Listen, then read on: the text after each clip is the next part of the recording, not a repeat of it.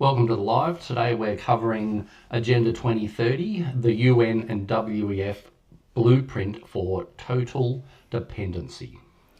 So the prophecy is in plain sight. They promise a world without want, a future when no one is poor and no one is hungry.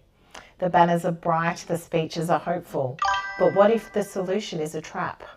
Look closer at the world they're building. It's not in a shadowy back room, it's on their websites, in their policy papers, celebrated in their press releases. By 2030, they vow to eradicate poverty and hunger.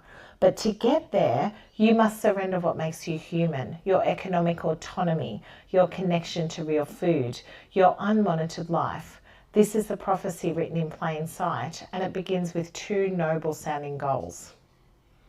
Yeah, well, I think, for everyone who's just joining in on the live, I think everyone kind of would know what Agenda 2030 is. Yes. And the background to it, and how the WEF and the UN just sound like echo chambers bouncing off each other. That's today's cover. So any comments, anything you want to add, please feel free to do the comments. I'll be running a lot of videos in the background and things like that as well. Feel free to comment away, and always like and subscribe. And so it's going to also be looking at the language that they use, because if it does sound noble and it does sound really good, look behind what they're trying to say. There's always a little bit more going on. And also we're just decoding. So we're just trying to look at some of the things that have already happened to try to get an idea of where things are going. So that brings me to kind of some history around all of this. And so to understand where we're going, you have to see where this started. It wasn't just in 2015, but 1992 at the Earth Summit in Rio de Janeiro is where the term sustainable development moved from an environmental idea to a global governance blueprint. They called it back then Agenda 21. Now, many of you are familiar with Agenda 21, but it's just interesting to see how far this goes back.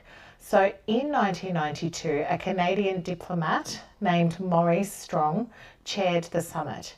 He said something revealing there. He said, and I quote, "Isn't the only hope for the planet that the industrialized civilizations collapse? Isn't it our responsibility to bring that about?" Interesting. Very scary. It's but they throw these words around willy-nilly. At speeches. Yeah, they just stand up and say, we'll basically eradicate you and do what we want. And these are unelected officials. Mm-hmm. We didn't vote for this. I'm not a part of this shit. But they're in the process of basically pulling a lot of this off. And I think it's important for people to realise we have the power to stop this. Mm-hmm. And different videos will sort of show a bit of the glimpse and glimmer of that. So what our power is as the people. And having the knowledge, understanding where this is coming from. Again, a lot of you might know all this, but we're going to show you a couple of things that you might not. So stay tuned. So the language is always about management, managing resources, managing populations, managing behaviour for the greater good. Agenda 21 laid the philosophical and bureaucratic groundwork. It established the principle that global challenges required centralised, big word they use a lot, top-down solutions that would inevitably reshape every local community. For over 2 decades, this framework simmered within international bodies. Then in 2015 came the pivot. 2 things happened that year. First, the Paris Climate Agreement. Second, and crucially, the unanimous adoption of the 17 Sustainable Development Goals, the SDGs, all by 193 United Nations member states. Very interesting that they all adopted it. I think weirdly enough, even though there's a war in Iran, they were, the UN was saying they could join. Yep. Just the other day, in the middle of this war, the UN's and so that's a total disregard for everything. They already are members, aren't they? They did some deal with them. They already are members. Yeah. Are they? Yep. Oh, I was just reading something. They were talking to the UN. The UN was praising them, basically. Yeah. It was weird. It was just, it's clown world. It really is. It's just so much going on. And I think that's the trick. They keep us busy and distracted with the news. The Iran war, that could be fake for all I know. I don't really see any footage of anything happening over there. Who knows? It could just be, a deliberate plot to basically have a reason to cut our fuel, stop us travelling, You know, the Well, that's what we're 15-minute gonna get cities through. and all the things that we'll get into, they're legit. Like, we're not just making this shit up. This is all public knowledge. You can go and find it all yourself. And I always advise people, don't just believe people on the internet that are doing a decode. Go and find it yourself. We're doing a decode based on research. So we spend time looking at their websites, looking at what they're talking about, and we come up with our summations based on what the clear language is and what's already happened as well.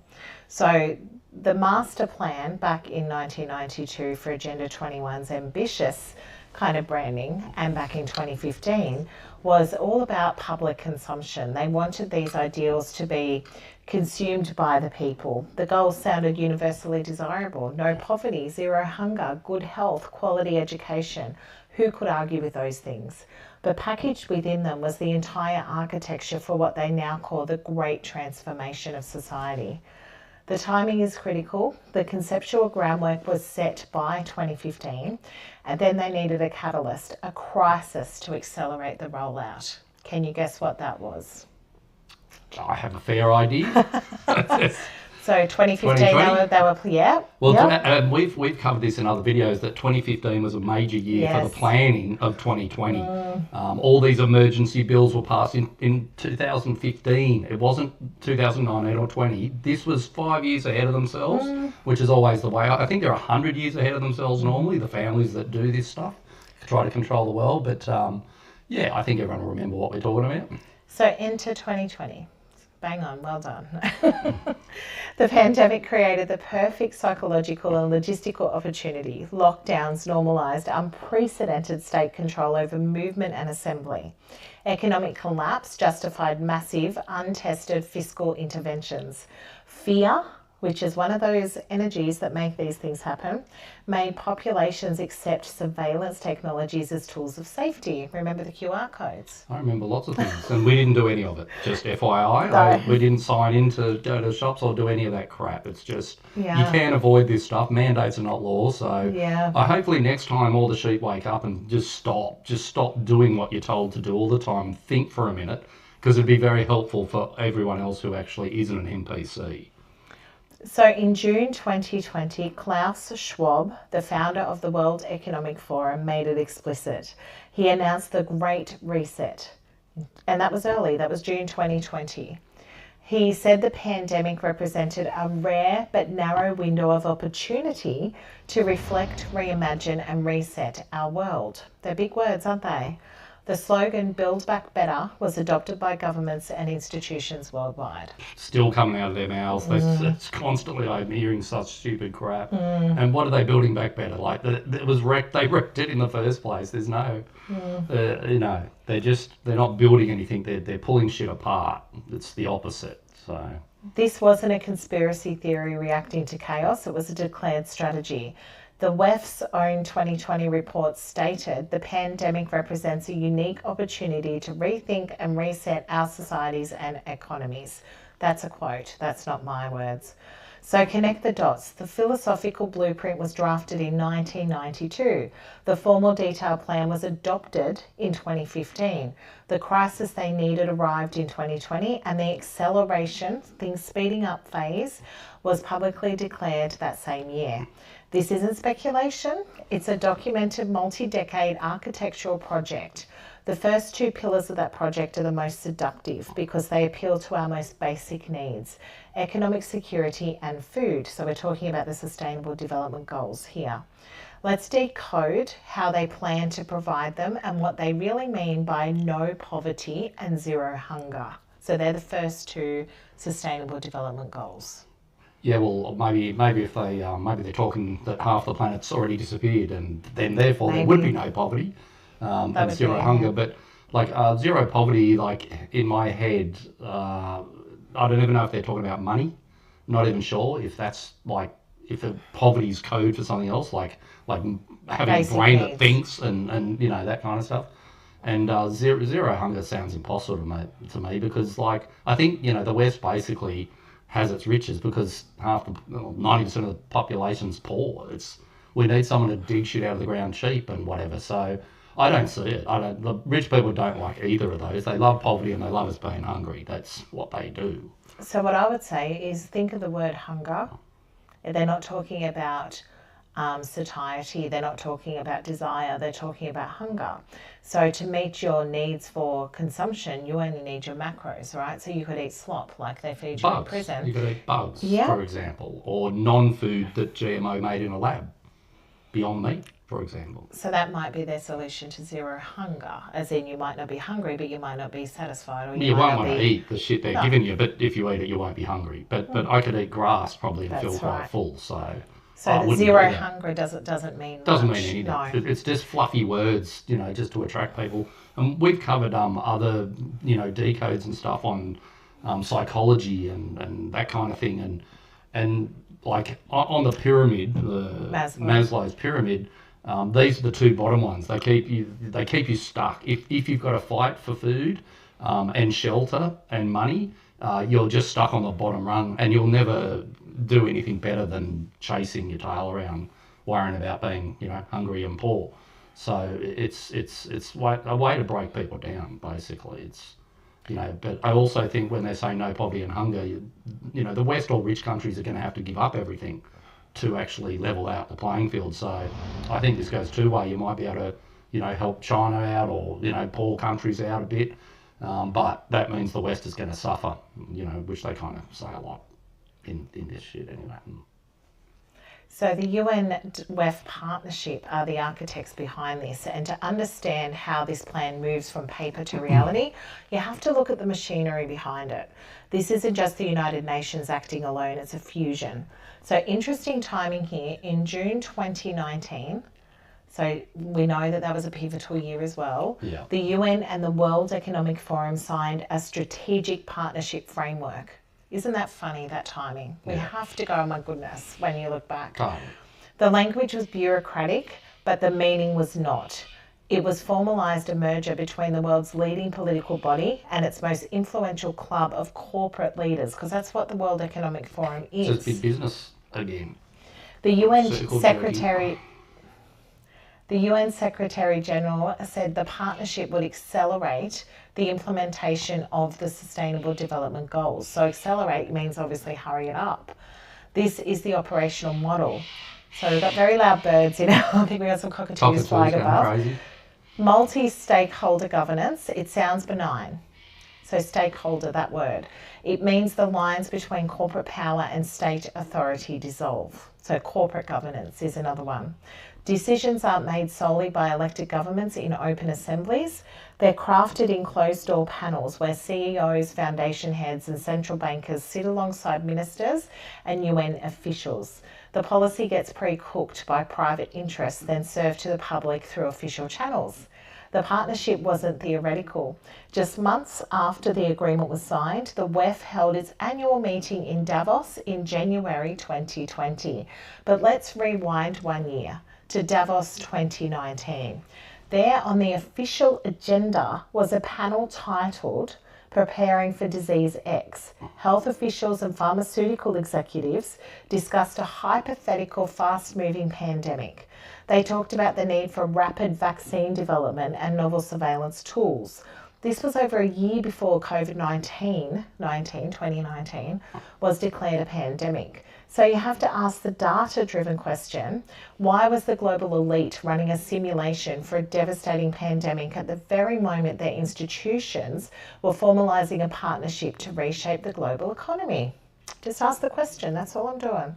But why, when a real pandemic struck, did their prescribed solutions, digital health passes, mRNA platforms, unprecedented fiscal stimulus, align so perfectly with the technological and control frameworks that they long advocated for?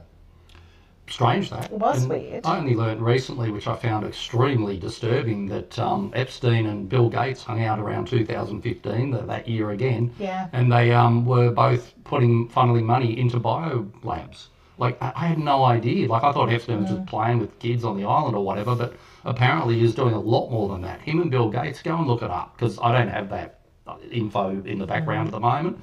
But just on a side note, it's worth a type. Just type that in Google, you'll find it. And I find that strange. 2015, two of the weirdest guys on the planet that I just wouldn't trust at all got together, and I think Epstein funneled in like $200 million or something into Bill Gates's project of vaccines and making bioweapons. Very strange world we live in. So that as well means that we're kind of looking back at history and seeing what's already played out so that we can kind of get a little bit of an idea of what is to play out in 2030. That's the idea of this. Well, that's why we're doing this today, because we want like to try to 2015, educate. and then they kick it off at 2019 and implement in 2020. So there seems to be like 5-year plans, which is funny because I have 5-year plans myself. Yeah. So, you know, when you're trying to plan what you want to happen to your future. You have to give yourself some time. Yeah, and you got to kind of tell yourself for a fair few years what you're doing and, you know. And the other thing with that too is that Agenda 21 is aptly named. Agenda 21 was meant to be the 21st century at the time in 92. I remember I was a child in 92, but I do remember it being all the ozone layer and all of that was all promoted by celebrities. Like the climate sort of side of it, Agenda 21, it was kind of less like this one. Like 2030 is kind of scary compared to 21. Although they did I think map different it out. players are involved too. Like, and I just saw that Swabsy just signed a contract because Swabsy went off and did his own thing. He started up another like WEF, so he retired, and now he's got another think tank running. He's got a school. I think the WF grew too big and he was annoyed, so he started a new WEF equivalent, and he just signed a contract with the UN to share data and do all that kind of stuff again. So now we've got Swabsy coming back. He didn't retire. He's just in the background doing someone else. So you know, he's worth researching on what he's up to because he's always up to something. So, aligning with the control frameworks back then, the unprecedented things they did with that event was very interesting. But the WEF doesn't hide its ambition. Klaus Schwab calls it the fourth industrial revolution, the fusion of digital, biological and physical systems. And he's explicit about its purpose. In his book on the subject, he writes that the fourth industrial revolution will reshape our very identity. And that's the key to achieving sustainable development goals. So they tell you right there. It's very clear, plain language, isn't it? And does anyone out there actually think this is done for sustainability? Any of this? Like, I can't see it myself. I think, I think that's quite sinister, really, if they, they kind of tell us what they're doing, but to a degree. But a lot of tricky lawyer language always kicks in and whatever when you hear them, so it's sort of hard to follow, really. So don't think of the World Economic Forum as an advisory body. That's the old model. See it as the primary architect and the general contractor for the new system. They provide the blueprint, the Great Reset, and they supply the technology through their corporate partners. And they now have the official implementation vehicle through their UN partnership. They are building the operating system for the 21st century, and the first application they're installing, the foundational program, deals with the most basic human leverage points, money and food.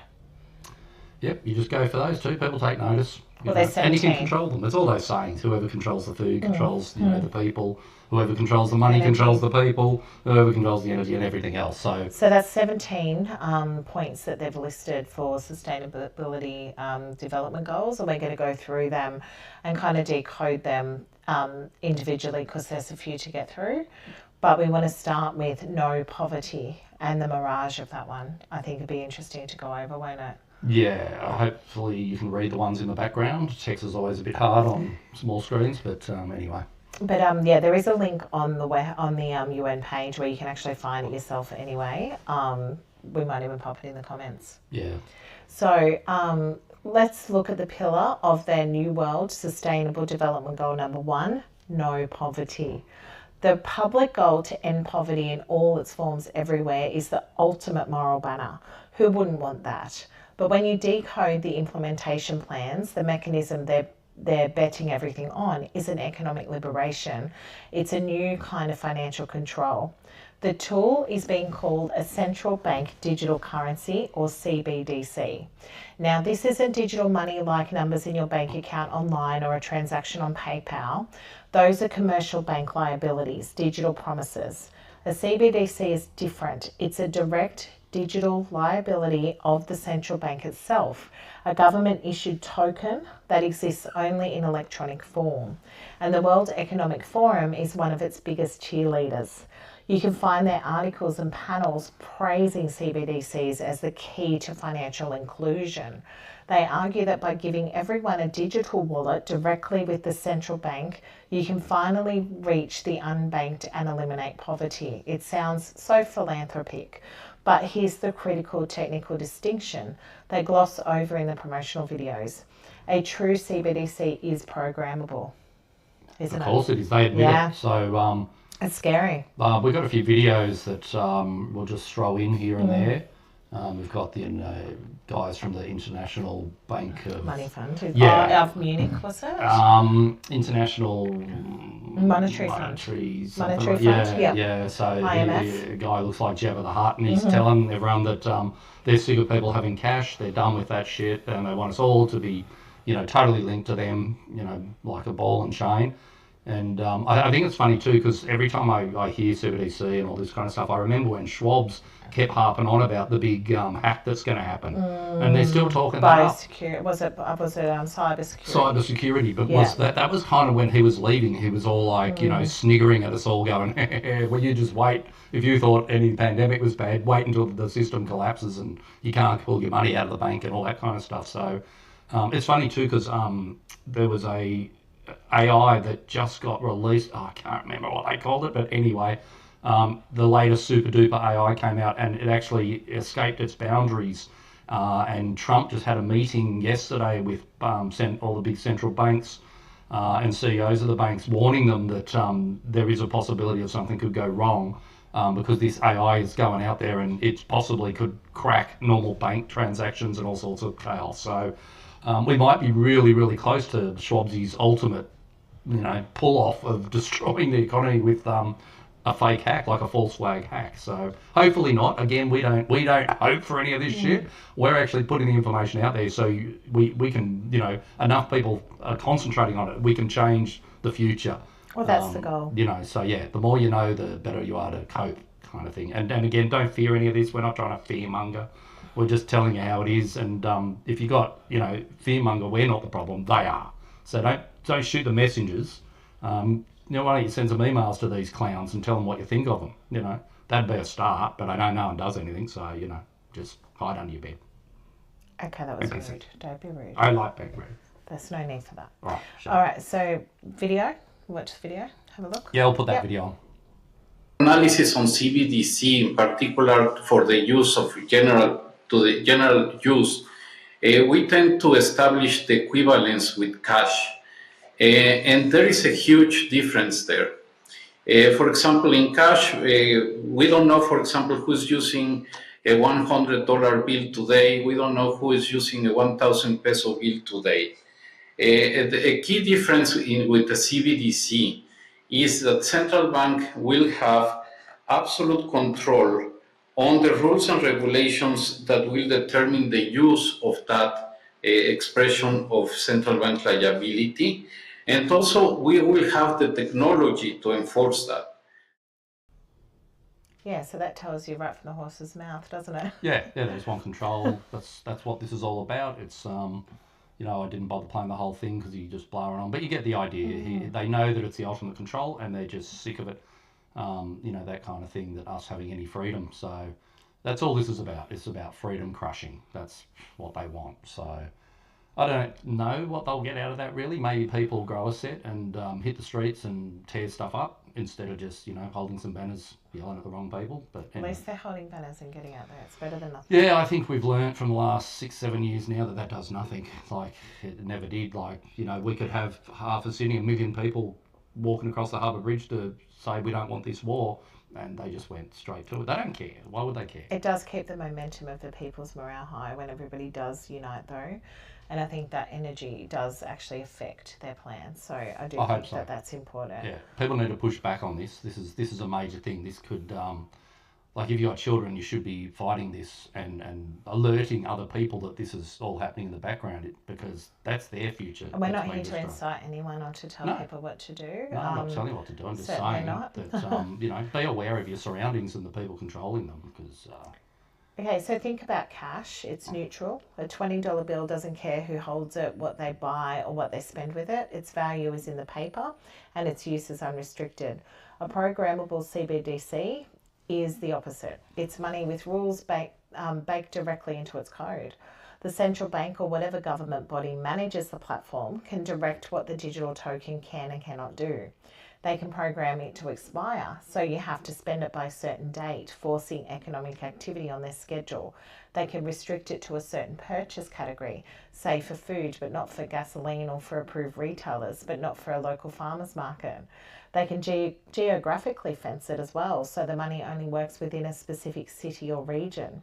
Most profoundly, they can turn it off. Your access to the entire economy could be revoked with a keystroke based on your compliance with any number of mandates. This actually transforms money from a tool of exchange into a tool of permission. The noble goal of no poverty gets linked to a system of conditional state-distributed digital currency. Your economic survival becomes a subscription service, provided you follow the terms of service, basically. The WEF's own literature talks about using CBDCs for targeted helicopter money and social benefits. It's presented as efficiency, but efficiency for them means precision control for you. Well, I wonder how many more decodes we've got to do till we don't have any money left in our account. If they put in a digital currency, I think even doing things like this, your social credit score would go down. Well, ours would be down anyway. No, that's what I'm saying. I don't think if they do a universal basic income, I think I'll have zero. So, just fine. I've got other means. People should learn to barter and use their skills, and that's what is community comes really back. People really need to start doing that. Community comes like back. No one knows their neighbours anymore, let alone their own families. Like the whole thing is working in their favour. They've crushed it. They've made everyone just solo. Doing their own thing and scared and no support, no community, no village, which is affecting everyone. And then you throw, technology on top of that, and this is just perfect for them. They almost don't have to do much anymore. And with the technology behind them, just to press a button and have AI automatically paying people who were good, taking all the money away from people who were naughty. And, it's like anything. It's like their fact checkers. It's all on their side. They have the control and we don't. So, again, you just need to kind of know what's going on. And hopefully we can change this in the next, it's coming on, basically 2 years. But, Yep.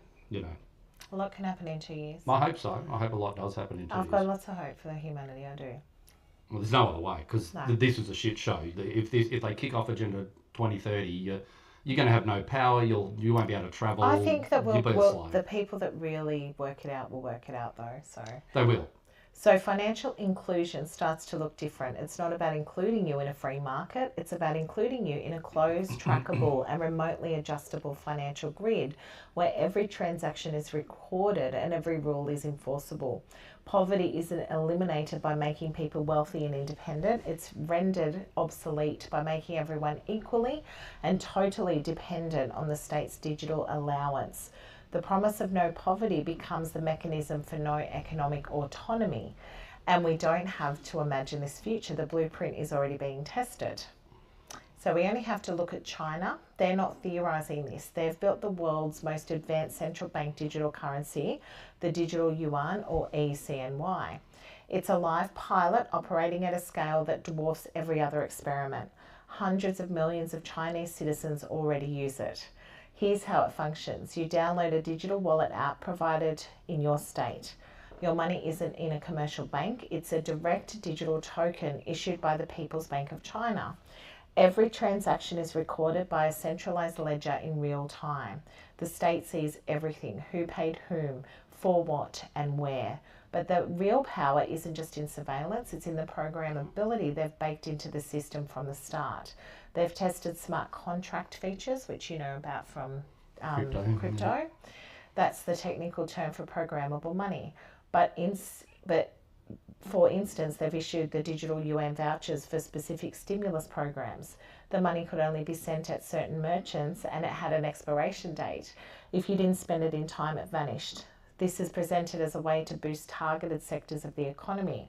But flip the perspective, it means the state can dictate not just if you have money, but how you're allowed to use it and for how long. Then we get to see the social control aspect. And during China's strict COVID-19 lockdowns, reports emerged showing how the digital yuan system could be integrated with the health status apps. Your access to funds or your ability to make certain purchases could be linked to your compliance with testing mandates or your vaccination status. In some pilot cities, the digital wallet interfaces were designed to display health credentials alongside the balance. The financial system and the social credit system began to merge into a single control panel. The scale is the data point that matters. This is in a lab experiment with a few thousand users. By the end of 2023, the pilot had expanded to 26 major cities, covering hundreds of millions of people and processing billions of yuan in transactions. They're stress testing the infrastructure of a cashless programmable economy on one of the largest populations on Earth. And China isn't alone. Nigeria launched its e-Naira, facing public resistance but pushing forward. The European Central Bank is another advanced preparation phase for the digital euro. The Bank of International Settlements and the Central Bank for Central Banks is coordinating dozens of these projects globally. We even had our Combank one. They even did a pilot study in the last few years. What was funny just on the China EN one, that's been rejected by the people. It's actually failing. So these are the good bits. Good. These are the pushing hope. back. Yes. So I was only reading this like 2 days ago that it's basically only used by administration now. So they're just sort of circling their own money around, you know, printing their own fake cash and giving it to themselves. So it's funny to read that, you know, hundreds of millions of people have dumped it and they're not using it. They just don't like it. And it's literally failed without any real kickback, because I don't think the Chinese government know what to do. If the people aren't going to use it, well, it doesn't work. It doesn't have any It's power. like mandates. If you just ignore them, we don't have to put up with that shit. You don't have any power. It's the same thing. So by doing nothing can be the best thing you can do sometimes. Pulling your energy back from it. Yeah, just be like, don't spend that crap. Just get rid of it and, you know, cash it in. There'll be people who cash it in for you for other stuff or whatever. But really interesting that it's failed. It's basically now a failed scheme. I would really love to find that article again, but it's pretty deep in all my research somewhere. But I'll see if I can throw that up on the screen later. That's the hope. Very interesting. Yep. That China's, you know, totally abandoning it. The government's not, the people have. Well, we've had it here in Australia. We had they tried to do the cashless thing, and then they had to bring cash back. Yes. And the government had to mandate that businesses accept cash. Because there was that whole, through the pandemic, where businesses weren't accepting cash in some places. Which is totally illegal. Everyone's constitution has all that banked in, that you know, that money is a thing. It's like... But then they and it's not to backpedal. be... Yeah, well, they have to. They, you know... And I actually, even in the shops the other day, talking to one of the chicks there, she ought to know because she's in retail, and she said people are paying cash a lot more than she's ever seen. That's good. So this is the pushback. This is what people need to do. So instead of walking around giving the banks excess, you know, you're giving them excess free money every time you tap, fees for the business, fees for you, fees for everyone. Just go to the bank on payday, pull all your money out, empty the bank because, you know, stuff them too. They're not your friend. And spend your cash. Everyone likes cash. Cash is king. It's just how it is, and it has to come back. I know there's heaps of people, dinosaurs, who are all like, you know, oh no, it's dead, and trying to, you know, pretend that they love the idea of having digital because they're like, oh, it's already digital. Well, no, it's not. CBDCs are totally different. It's like basic universal income and all that kind of jazz. Totally different to your Visa card, which sure is digital, but it's not linked to your social credit score and all that kind of crap. Well, there's trials at the moment in the background, even on our Combank. Yeah, that's what it was. they've done that. They've done it. So it's baked in already, your health stats, whether you're a good boy or a naughty girl, it's already baked in. So Australia's got it, of course. We're always like ground zero for this stupidity. You know, we're the deep state, and this is where they test all the shit, us and Canada and whatever. So the takeaway isn't that China is unique, it's that China is the prototype. They've moved the fastest and the farthest, showing every other government what's technically possible. The technology for a controlled, traceable and behaviour contingent financial grid isn't a sci-fi concept, it's operational. It's being debugged in real time. The no poverty future built on this CBDC architecture looks less like a universal prosperity and more like a universal utility account where your spending privileges are managed by the same authority that grants them. And once that financial dependency is established, the next logical policy partner arrives to complete the trap, and that's the UBI. Yep. And so the universal basic income is another way that they're looking to implement these sustainable development goals, particularly no poverty. And it all sounds really idealistic when you hear, the words universal basic income. Oh, everyone gets free money. Oh, wow. You think that sounds good though, don't you? Yeah. From the fluffy outside it does. Totally. I think it'll also pin back to, like, the central banks want just one universal digital currency. So China might try their own or whatever. Well, they have to do it. But the end goal is a universal one that basically the UN or WF, UN, all those guys will control that bank. That's what they want. So I'm really suspicious what the people in power now get out of all this. Because like the WEF, it's all like actors. Toyota and Kellogg's and all these massive companies sitting down talking shit that we're all a problem and cows farting's bad. But this will affect their bottom dollar. Like, it's so weird to see billionaires sitting around apparently willing to lose all their profit because, like, they pollute a lot and whatever. They still blame us because we use the product. It's very strange. I wonder what they get. I probably actually don't want to know what they get because it's probably absolutely disgusting. That's these clowns. This is what they do. Okay. Demonic. So the Finland experiment is interesting with the UBI. That financial architecture needs social policy to make it almost acceptable, to make people willing to plug in. That policy is universal basic income, and it's being sold as the humanitarian companion to the digital currency grid, so they're working together. Yeah. The logic they present is simple. If technology and automation displace jobs, the state must provide a floor, one that no one should starve. It sounds like a safety net. But combined with a programmable CBDC, it becomes the mechanism of the trap. Look at the data from the real-world test. Between 2017 and 2018, the Finnish government ran a landmark UBI experiment. They selected 2,000 unemployed people at random. For 2 years, they gave them €560 per month, no strings attached. They didn't have to prove they were looking for work. The money just arrived. The official results were published in 2019. It's so pivotal, the timing. Yep. The headlines focused on one finding. Recipients reported slightly better well-being and less stress than the control group. But buried deeper were the outcomes that really mattered for the architects. The UBI did not lead to a significant increase in employment. People didn't use the financial security to leap into new careers or start businesses at a higher rate. What it did was create stability within a state of dependency. It made people less anxious about their situation, but it didn't change their fundamental economic relationship to the state. They were still recipients. Now fast forward to the present push. In the United Kingdom, there's a concerted effort to mainstream this. Political advocacy groups, some with ties to larger philanthropic networks, are lobbying hard. Several local council areas have launched or proposed pilot programs. The City of Leeds explored a trial. In Jarrow, a basic income pilot was launched for creative workers. The Welsh Government actually began a real pilot giving £1,600 a month to care leavers. This isn't fringe academic talk anymore. It's active policy development at the municipal and federal level. And at the World Economic Forum, being right there framing the narrative, they publish articles with titles like How a Universal Basic Income Can Fix Broken Care Economy, and UBI could be the answer to inequality. They argue it would recognise unpaid labour like childcare or elder care, but step back and look at what they're actually describing. It's one where your primary income for essential care work becomes directly from the state. Your level, your value and your livelihood are officially defined by the system that pays you. Got to do what you're told. Nothing's free. Nothing's free. Yeah. Never was, never will be. I think it's also really bad because it'll just make people lazier too. Well, dependent. They just don't question anything then. But that's the thing. Like me and Mindy have always run our own businesses, and I wish more people did because more little guys running around doing stuff would be a lot better than having 6 companies that control the world, obviously. And I think at the end of the day, this whole thing. Again, most people probably know about it, but we're just diving into, the nitty gritty and some of the, different trials that have been done just by chance in 2019. They did all these trials already.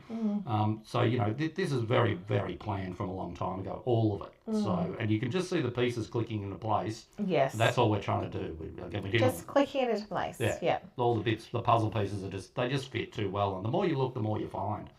we're limited. We can only talk for like, an hour or whatever, but this goes deep and it goes every direction. And that's why we're going to break the SDGs or the Sustainable Development Goals for Agenda 30 into like lives each week. Yeah, because there's 17. That's a lot. So it's going to That's take a little while to understand and decode them, right? Totally.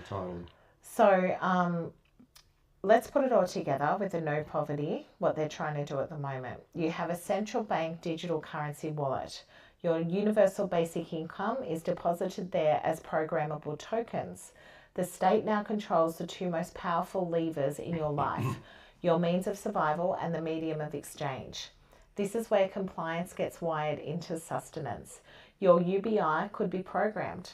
It could have conditions. Maybe the full amount is only accessible if your carbon footprint stays below a certain limit, tracked through CBD spending on travel and energy. Maybe it's reduced if you miss a health checkup or a digital training module.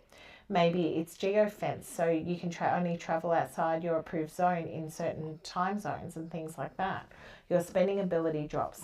The Finland experiment proved people adapt to and appreciate unconditional payments no matter what's happening to them. The next phase won't be unconditional. It will be the opposite, the most conditional system imaginable, where every rule is financially enforceable in real time. This is the dependency engine. It's being tested in a limited form in Finland. It's been advocated for in political chambers from the UK to the West's own platform. And it's designed to slot perfectly into the digital financial grid that China is proving is possible. No poverty stops being about elevating people out of want.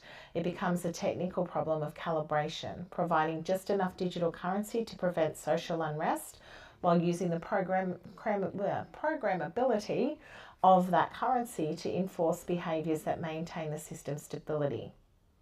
So it's what you use that money to buy that really is what's being controlled. Yes, which would be you've Everything got to eat Beyond Meat now, and you eat the crickets. Which will get us into the no hunger one in a minute. That's all you're allowed to buy. But it's always the same with this kind of stuff. It's rules for thee, not for me. The guys who run this shit show are eating lobster on their private planes, flying around the world. And I think I put a thing behind us. You can sort of see stats that, like, we're not the problem. That, the richest 1% are chewing through so much. They make so much pollution. They waste so much. And they're just greedy, things that are annoying. So there's no equality. They always use words like that, equality, and everyone will be the same. No, they're not. They're still living they're up. They're going to be living, they don't care. It's totally, and until it's across the board, I'm not interested. If you're going to slather all us into one, boat and say, well, this is what you're all doing and you have to. Yeah. Well, I want them in the same boat with me. See how long they last. See if they can do it. They won't last us a minute, these pompous gits.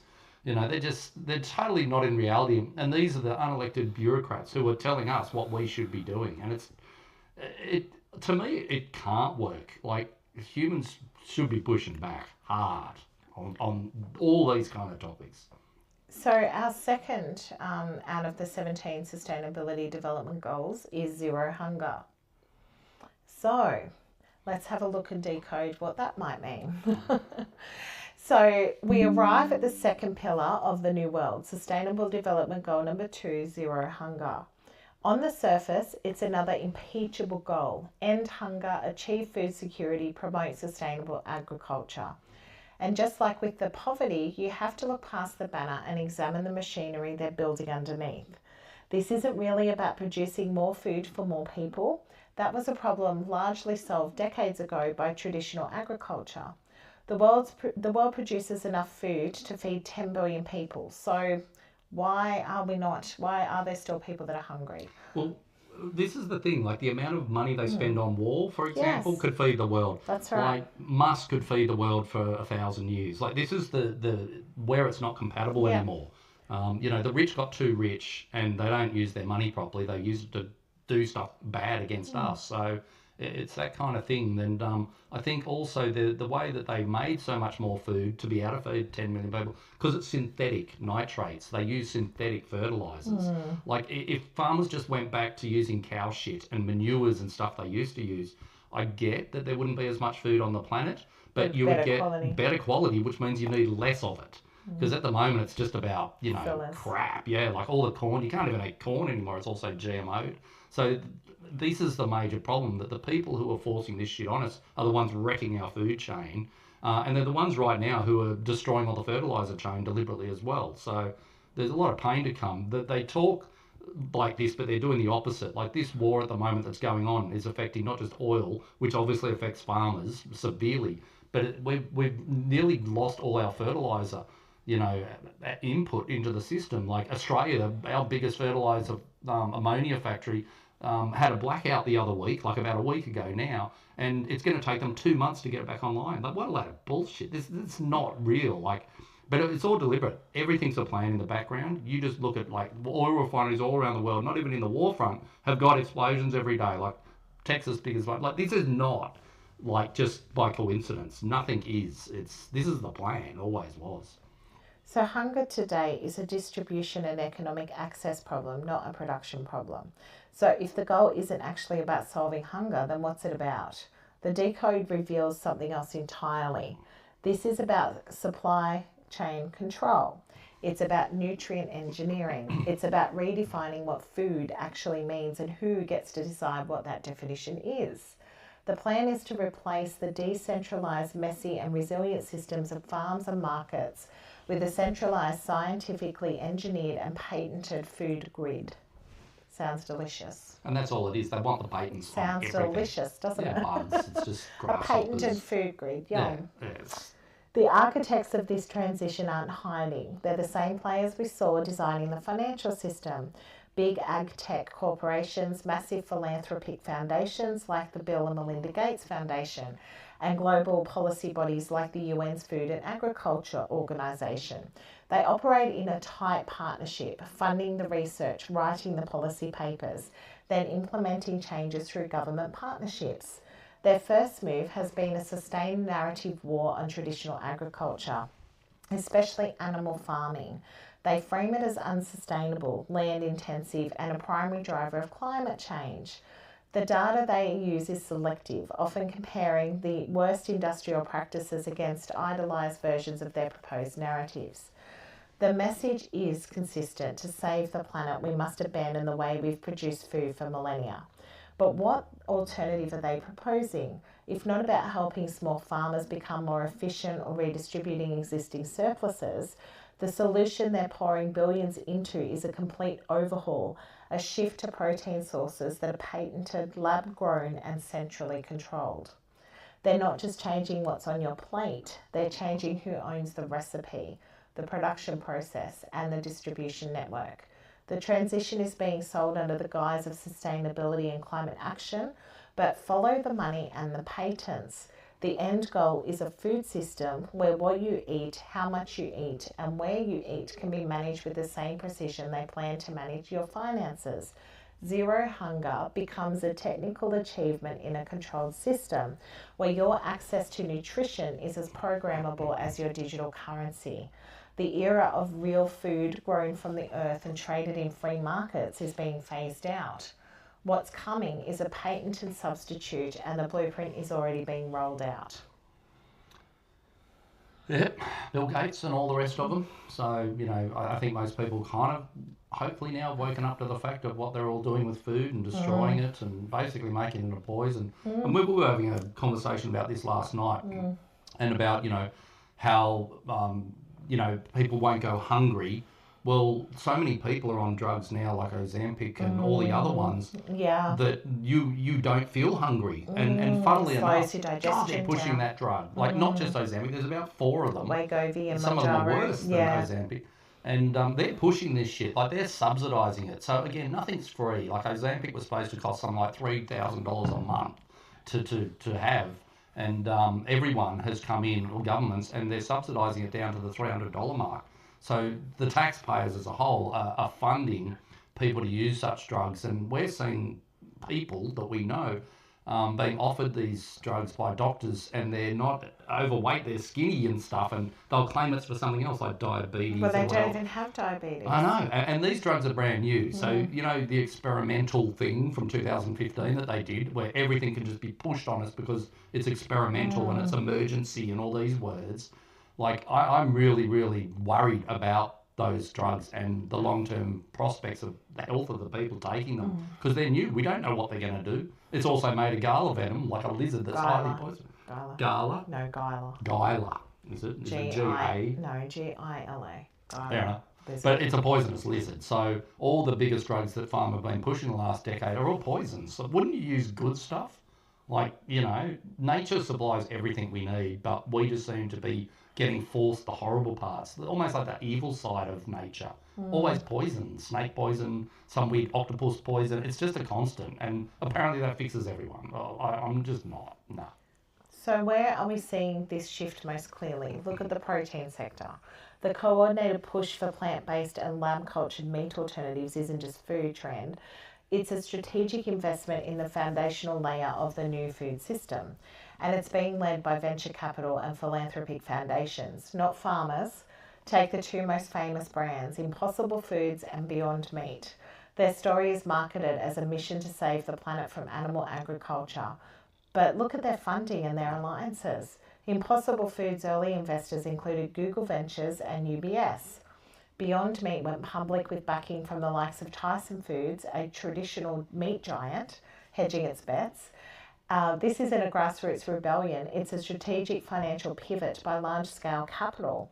And the more telling connection is with the global policy. At the 2021 UN Climate Change Conference, COP26, Impossible Foods wasn't just a vendor in the food hall, they were official part of the program showcased by the UN Framework Convention on Climate Change as a climate action solution. Their founder gave presentations alongside government ministers. The narrative was cemented, switching from beef to a patented plant-based patty is an act of environmental compliance. I know. Oh, the thought of it. And follow the patents of the Bill and Melinda Gates Foundation has been quiet but massive force in the financing of this entire transition. They haven't just donated to global health, they've invested directly into the intellectual property behind the new food system. The foundation has funded numerous research initiatives, startups focusing on creating lab-cultured meat and precision fermented proteins where microbes are engineered to produce specific food components. For example, Gates has invested in companies like Memphis Meats, a lab-grown meat producer, and BioMilk, which uses cellular agriculture to create human breast milk. Oh, yum. That's what I want. These aren't charities, they're patent factories. The Gates Foundation investment arm often takes equity stakes, meaning their profit if their patented technologies become the new global standard. In 2021, Gates publicly declared that all rich nations should move to 100% synthetic beef. Is he going to? I want him to give up first. Show us how you do it in 5 years' time, Bill. You fuck. They can get used to the taste difference, he said. Yeah. Tastes like a shoe, like the sole of my shoe. I even want to know what it would taste like. Oh. You know, and the best part about all this is that all these companies are going belly up. But Gates doesn't give a shit. He just keeps throwing money at it. So on paper, they've been broke, these companies, for now 2 years, and no one goes near it. Like, I remember how hilarious it was during COVID when all the shelves were stripped bare. The only things left were the vegetarian aisle, Beyond Meats and all that shit. No one touched it. Like, I was in the supermarket the other day. I was actually thinking of putting real sausages into that compartment, and then I thought, nah, maybe that's going to be too far. But I thought if everyone started doing shit like that, that'd be hilarious, you know.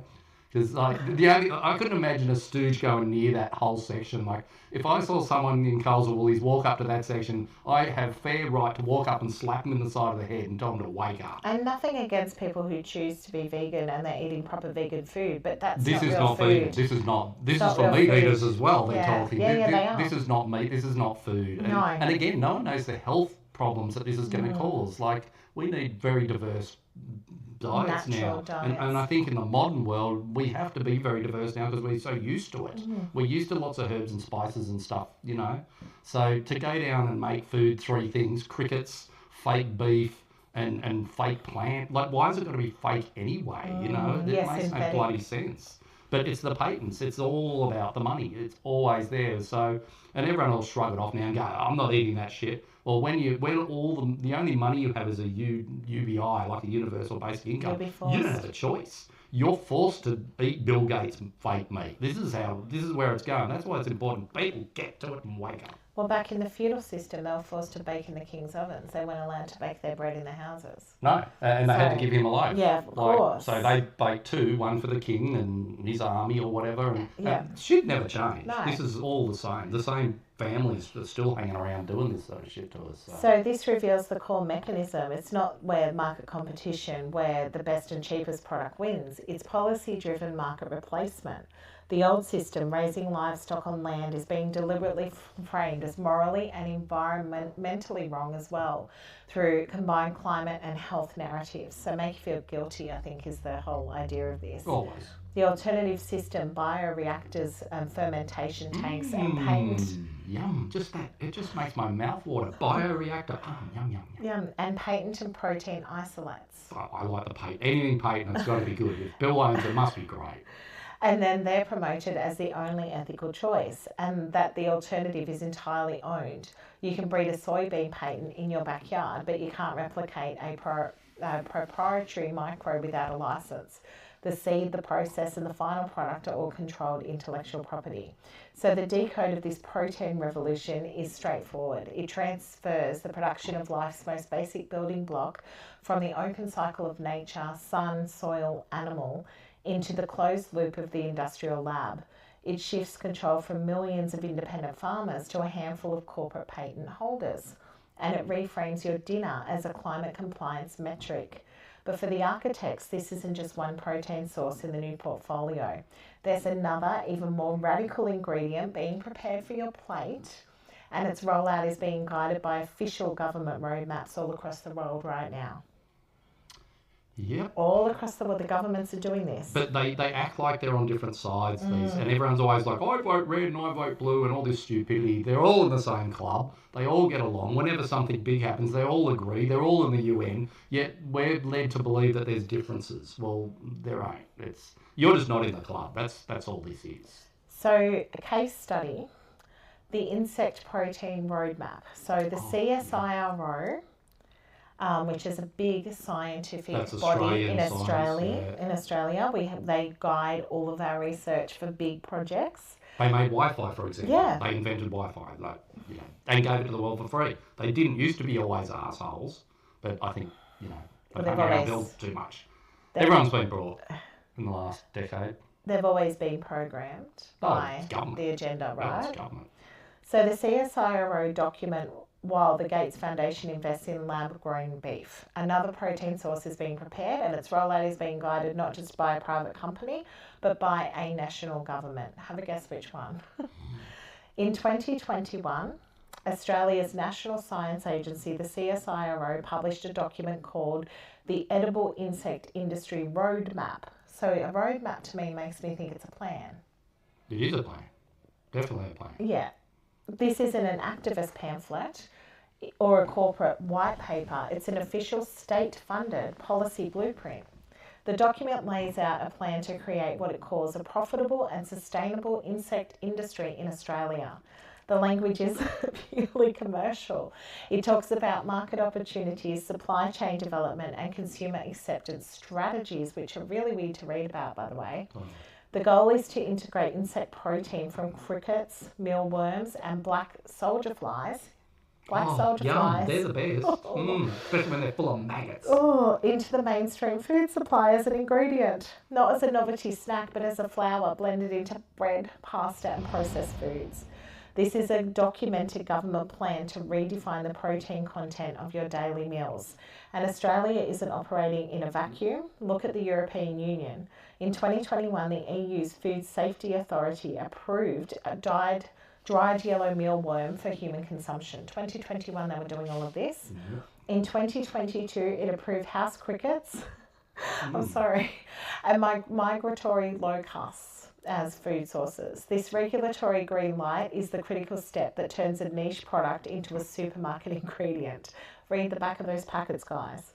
Meanwhile, the United Nations Food and Agriculture Organization has been promoting insects as a sustainable protein source for years, publishing reports on their nutritional benefits and low environmental footprint. The push is coming from the top down, but the science they don't promote as loudly. Peer-reviewed journals have documented potential risks. Many people with shellfish allergies can have severe cross-reactive allergies to insects because they're both arthropods. Studies have also shown that insects accumulate toxins from their feed, like heavy metals or pesticides, which then concentrate into the powder. Could you imagine them all blended up? Yep. Which, there is no guarantee that they're going to be safe for consumption.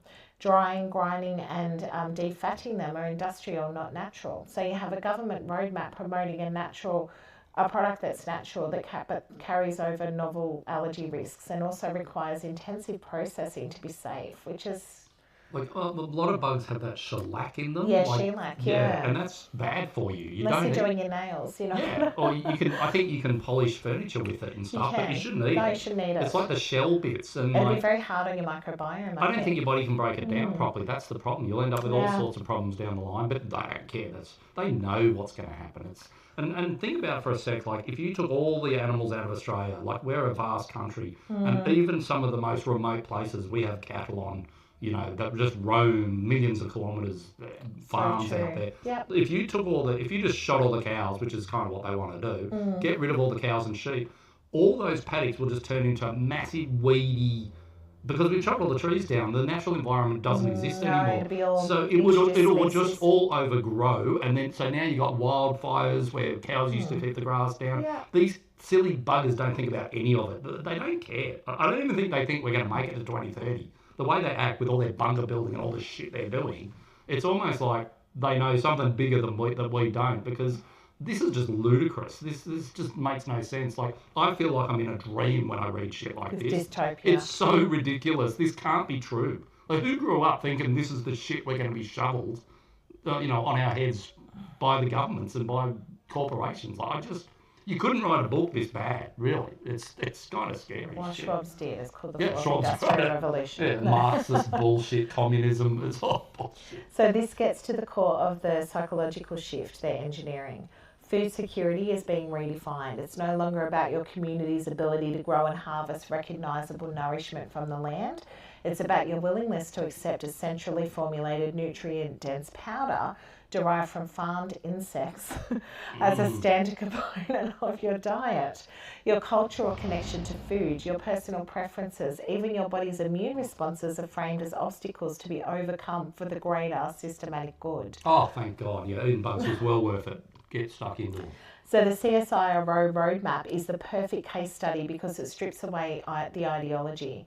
It's not a document about saving the world, it's a cold operational plan for building a new agricultural sector. So it's happening. Yes, sir. It details the need for breeding facilities, processing plants and marketing campaigns to normalise consumption. This is the mindset. Food is a technical input and the goal is to engineer the most efficient, controllable input possible. Your nourishment becomes a matter of logistics and behavioural science. And once you control the protein source, the next step is control the entire chain of production. And so the plan replaces animal protein with patented substitutes and insect flour. But to really control the food supply, you have to go further upstream. You have to control the beginning of the chain, the seed, and the process that turns it into a crop. And so this is where digital agriculture comes in, and the Gates Foundation is again a central architect. So they seem to be very involved with this agenda. They own a lot of land that... And he's got cattle land, so he's talking all this shit, but he owns massive ranches everywhere, all across the United States now. Interesting, isn't it? Oh, it's crazy. So again, they'll be eating prime beef when you're eating your maggots. And like, like the world is so crazy now that I'm like, what are they going to feed all these bugs? What is their base food, and where's that going to come from? Like, I wouldn't put it past them now to be throwing people into a solvent green machine and feeding people to the bloody bugs. I wouldn't put it past them. Where else are they going to get enough protein to feed the bugs? They need to eat.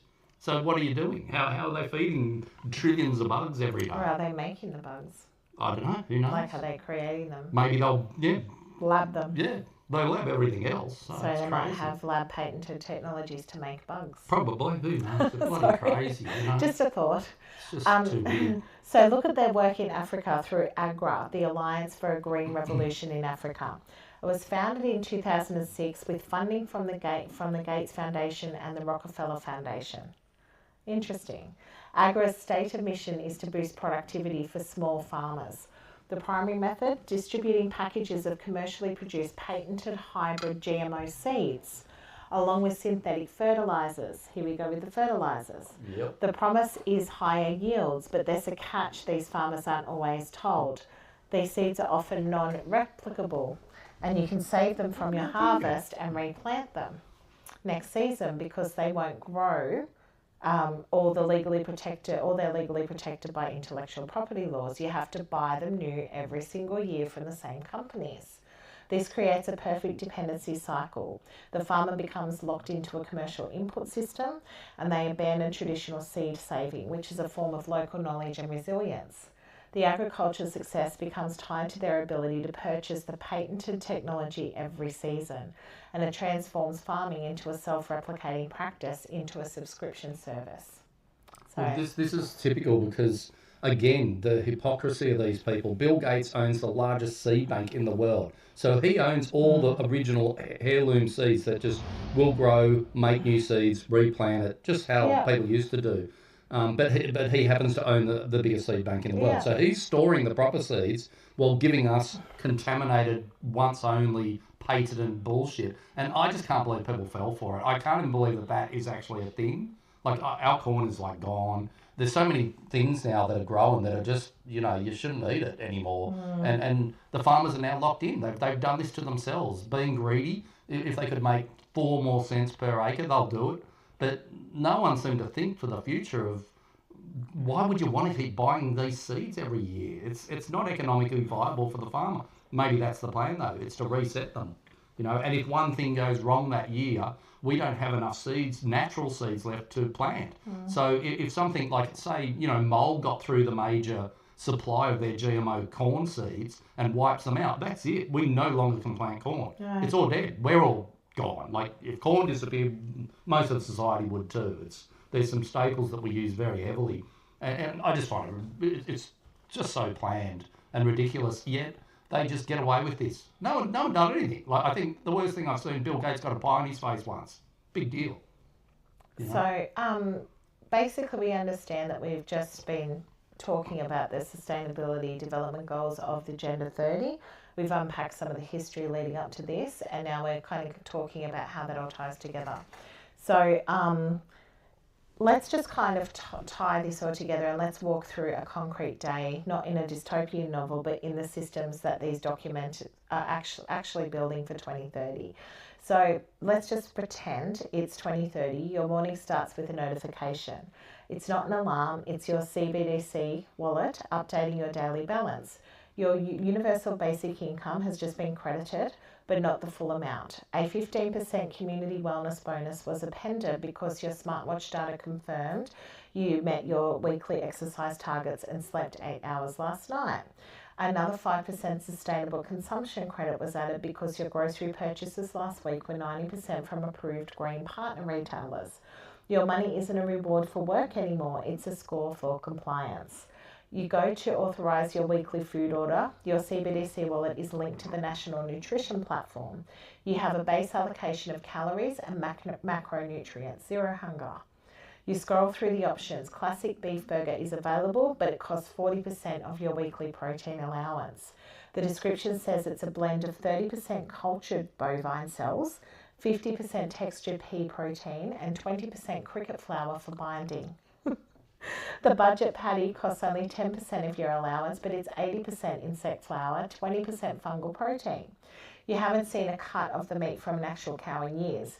That trade is restricted to a separate, prohibitively expensive carbon market for elites only. You select your items. The transaction doesn't just deduct a currency amount, it deducts from your personal carbon budget, your protein quota, and your non-essential consumption limits all at once. The system cross-references your purchase against your health profile. Because you have a pre-registered shellfish allergy, the platform automatically blocks any items with cricket flour and suggests a worm-based alternative. Oh, yum. Your choice is a series of pre-approved pathways. Later, you'll need to travel across the city for a family event. You request a travel permit through the same wallet. It's approved, but with conditions. You must use the electric or autonomous bus network, not a personal vehicle. Your CBDC funds for the trip are released, but they're geo-fenced and time limited. They will only work to pay for the specific bus route, and they expire 6 hours after your scheduled return time. If you deviate, the money becomes an inert code in your account. The system isn't preventing you from going, it's ensuring you go exactly the way it's determined is optimal. This isn't a world of material poverty. Your basic needs are met. You have a shelter, a digital income, and a nutritionally compliant food ration. The streets are clean, the trains run on time. There is no hunger in the old sense, but every transaction, every movement, every calorie consumed is a data point in a permanent ledger. Your economic and biological existence is managed in a loop. Your value to your system is determined how smoothly you flow within its parameters, how little friction you cause. And it's all like, it's just, all this is now too easy too because of AI. Like it's just advanced so quickly that all the monitoring is just simple. Like everything is just, you are just a data point now. That's why everything's free on online, because they obviously there's nothing's free and they're selling your info. Like now that they basically know everything about everyone already, the system just keeps growing. Like we drive into Melbourne, we find new AI road cameras being put up everywhere, like everywhere. They can see detail through your windows. Oh my God, it's crazy the amount of, but then like NASA goes to the moon and I'm looking at a fucking potato cam that I can't even, it looks worse than my phone from 1980. But the AI cameras on my car can see how many diamonds is on my ring or whatever. Like it's crazy that the system just keeps growing and it's out of control. It's almost getting to that point where, no one will control anything anymore. And even the elites who are putting all this into play, I think they think they're immune to this, but they're not. Like the system itself will just eat itself. Has to. It's what it's going to do, and it will fail, and you'll get segregate groups will move away from this and do their own thing, and you'll be constantly harassed. But whatever. All you got to do is throw your phone in the bin, walk away, and it's over. They can't do anything to you. So I think pushback would be go and get those old Nokia phones and shit. Get off these smartphones would be a start, because once they really start pushing this, they need us to have a phone. Like that's our tracking device. And if enough people throw phones away, they'll probably put chips in you then. You think you can win, but I truly believe this system will fail. I don't think they'll pull it off. The system's there, it's built though, so it makes it a bit too easy, which is annoying. So the goal decoded from these first two sustainable development goals, which is no poverty, zero hunger, isn't human flourishing, the messy, creative, unpredictable kind. It's total systematic stability. It's the elimination of risk. From their perspective, a free person is a variable they can't control. A dependent citizen is a predictable unit. They haven't, or a stakeholder, I think they call it. Yeah. They haven't built a prison with bars. They built one with seamless, convenient, inescapable provision. The door isn't locked. You just have nowhere to go that the system hasn't already tracked, permitted, and defined. And in this technically perfect vision that they've got, they made one critical miscalculation. They forgot about one variable that the code can't model: the human will to be free. Hopefully enough of so still want to be free. That's what we need to be really focused on, is our own autonomy here, and really just focusing on our integrity. I think that's the big thing. And work out your skills and stuff. Again, if they, I couldn't imagine not working or being productive. Or just having the creativity and doing that's new humans. things. Yeah, that's I'm saddened these days because I walk around and see what they used to do, the old world, with amazing artworks and sculptures and stuff. Nothing good's produced anymore. The shit they call art and now is just ridiculous. You see it all down the side of the freeway, a bit of metal that's all twisted. That's not art, that's dog shit. Stop it. I dare you to carve something proper, so I think humans are just dumbing down and we're losing all the things that made societies great. I think we're definitely in a fall because no one does philosophy anymore. There's no money in all arts and craft, So I I think think that's they a sign of still the exist. time. I think They they still do. exist, but it's usually self-funded people who can afford Yeah. to carve something because they don't have to worry about it. But universal basic income is just going to make people more stupid, which is bad because I think it's got pretty bad. I think the IQ drops about 10 points a year at the moment. So So I just think basically keep your integrity high. absolutely. Enjoy your life as much as you can. Keep your spirit intact. Yeah, and don't feel like this is definitely going to play out the way they imagine it to. I don't think it can, but it's interesting that they are literally trying to subscribe it. So we are going to have a few tough years, but I feel like we'll be able to pull through. I really think humanity's got this. I hope so. I really hope so. I think there'll be segments of society just go along with it. Like I know a lot of people are very safe and they will never ever question the government. They truly believe the government works for them and is looking after them, which is insane. That's crazy. Like people call me cooked, and that's cooked. Anyone who thinks those criminals are trying to help you, you're an idiot. So our next one will be decoding the next two sustainable development goals. So that'll be next week. We'll get onto that one. Yeah, we're chewing on time. But we're going to go have some beef korma. Yeah, hey, Homemade. you should smell this beef. Local, Beautiful organic local beef. You can't beat it. So we're going to enjoy that before we have to eat cricket meal. I'm not eating the crickets. No one's making me eat crickets. No way. We've got enough beef on us to sustain. We're pretty good. Yeah, we're pretty good. We could put up for a few weeks without worrying about crickets. All right. Well, thanks for watching, guys. If you have any thoughts about what you think Agenda 30 is and the first two sustainability goals, let us know because we're always interested in other people's perspectives. You know, I know that other people do research, so share your insights. Absolutely. And thanks for watching. And I'm just going to whack on a couple of little videos that'll make kind of sense to what we're talking about that I haven't had time to put on during our yapping. All right, take care. Watch these videos, see you, like, subscribe, all the rest of it. Thank you, bye. And as often happens with most of the bureaucratic structures that we humans create, this organization stopped upholding the principles outlined in its founding declaration and began to mutate. An organization that had been conceived essentially as a shield to protect the realm of men, transformed into a multi-tentacled leviathan that seeks to decide not only what each nation state should do, but also how all the citizens of the world should live. This is how we went from an organization that pursued peace to an organization that imposes an ideological agenda on its members regarding a myriad of issues that pertain to human life in society. The model of the United Nations that had been successful, whose origins we can trace back to the ideas of President Wilson, who spoke of a society of peace without victory and was based on the cooperation of nation states, has been abandoned. It has been replaced by a model of supranational governance by international bureaucrats who intend to impose a certain way of life on the citizens of the world. What is being discussed this week here in New York at the Summit for the Future is nothing other than the deepening of that tragic course that this institution has adopted from a model that, in the words of the United Nations Secretary himself, demands the definition of a new social contract on a global scale, doubling down on the commitments of the 2030 Agenda. I want to be clear about the position of the Argentine Agenda. The 2030 Agenda, although well-intentioned in its goals, is nothing more than a supranational socialist government program that aims to solve the problems of modernity with solutions that undermine the sovereignty of nation states and violate the right to life, liberty, and property of individuals.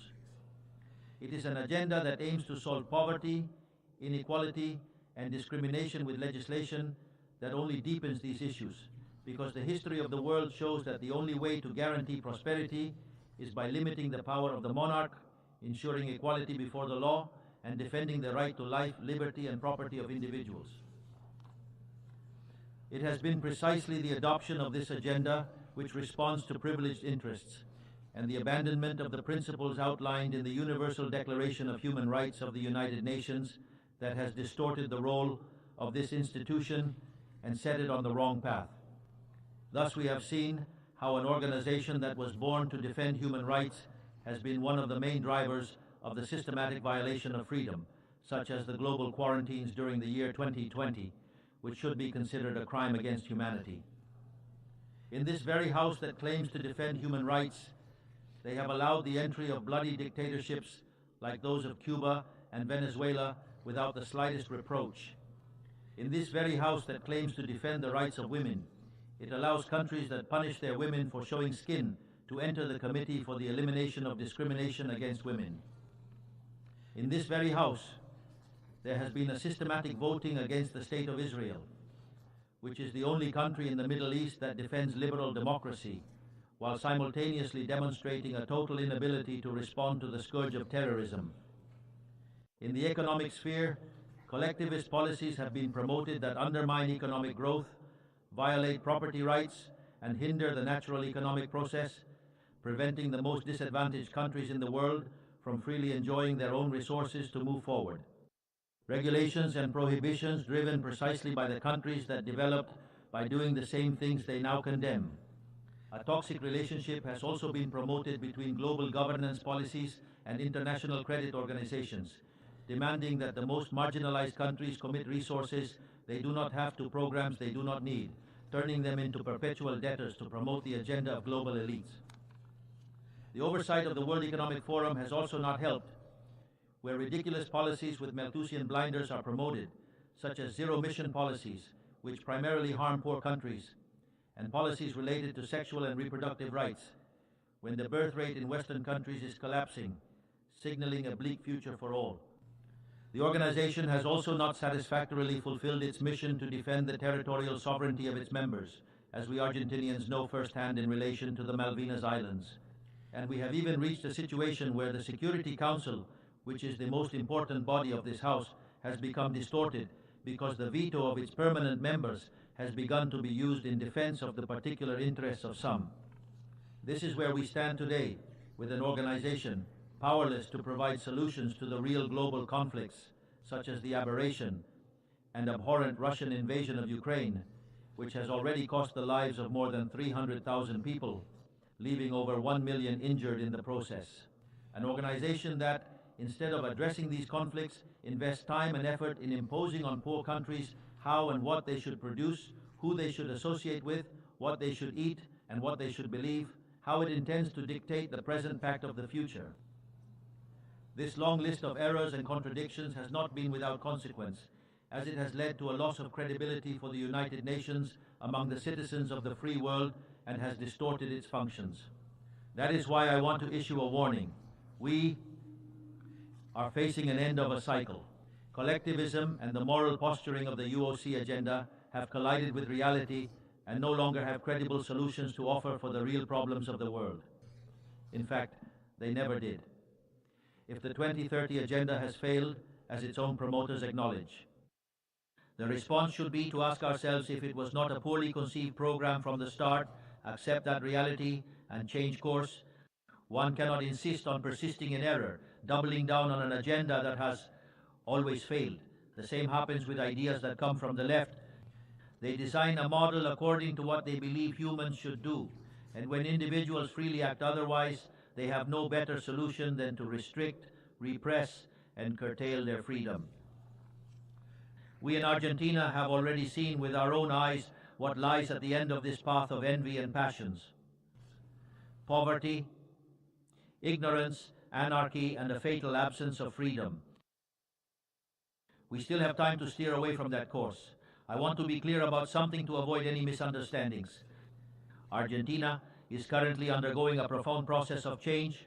It has decided to embrace the ideas of freedom, those ideas that state that all citizens are born free and equal before the law, that we have inalienable rights granted by the Creator, among which are the rights to life, liberty, and property. Those principles that govern the process of change we are undertaking in Argentina are also the principles that will guide our international conduct from now on. We believe in the defense of the life of all. We believe in the defense of the property of all. We believe in freedom of expression for all. We believe in freedom of worship for all. We believe in freedom of trade for all. And we believe in limited governments for all. And as what happens in one country quickly impacts others, we believe that all peoples must live free from tyranny and oppression, whether it takes the form of political oppression, economic slavery, or religious fanaticism. That fundamental idea must not remain mere words. It must be supported by actions, diplomatically, economically, and materially, through the joint strength of all the countries that defend freedom, This doctrine of the new Argentina is nothing more and nothing less than the true essence of the United Nations. That is, the cooperation of the United Nations in defense of freedom. If the United Nations decides to return to the principles that gave it life and readapt the role for which it was conceived, count on the unwavering support of Argentina in the fight for freedom. Know also that Argentina will not support any policy that involves the restriction of individual freedoms, trade, or the violation of the natural rights of individuals, regardless of who promotes it or how much consensus that institution has. For this reason, we want to officially express our dissent regarding the Pact of the Future signed on Sunday and invite all the nations of the free world to join us not only in dissenting this pact, but also in creating a new agenda for this noble institution, the agenda of freedom. From this day forward, know that the Republic of Argentina will abandon the historical position of neutrality that has characterized us and will be at the forefront of the fight in defense of freedom. For as Thomas Paine said, those who wish to reap the blessings of freedom must, as men, endure the fatigue of defending it. May God bless the Argentinians and all the citizens of the world, and may the forces of heaven be with us. Long live